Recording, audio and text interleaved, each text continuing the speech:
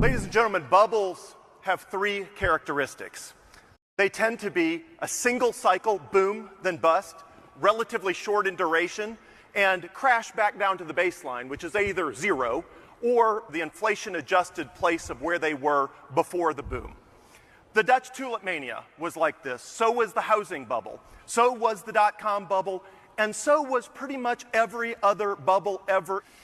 So what about Bitcoin? Well, Bitcoin, it's actually hard to see the price cycles because it's increased such radically in value over time. So we're going to use a logarithmic scale to look at what it looks like on a price cycle where you go from $0 to $1, then to $10, $100. It's called the logarithmic scale, which is often used for assets with this level of upside.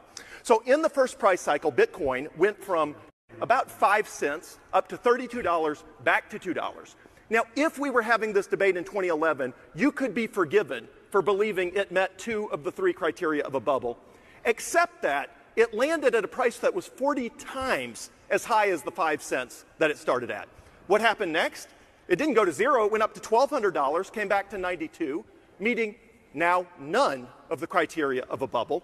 Then what did it do? Well, it zoomed up to $19,000, down to $3,200, meeting, once again, none of the criteria of a bubble, 35 times the previous low price.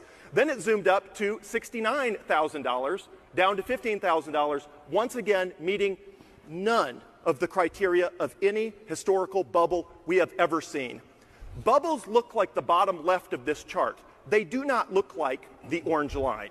So what does look like that orange line? Well, it turns out every high-value asset that has ever become a trillion-dollar industry or asset looks just like that on a logarithmic chart. Apple, Amazon, Netflix, even gold, when you zoom out, goes through the same pattern. And all of these assets do it for the same reason. The marketplace is trying to figure out how big of a deal is this asset, how big of a deal is this industry, and what role will this commodity, technology, or company impact in the global world. Bitcoin's doing the same thing for the very same reason, which is the opposite of how any bubble in human history has ever behaved.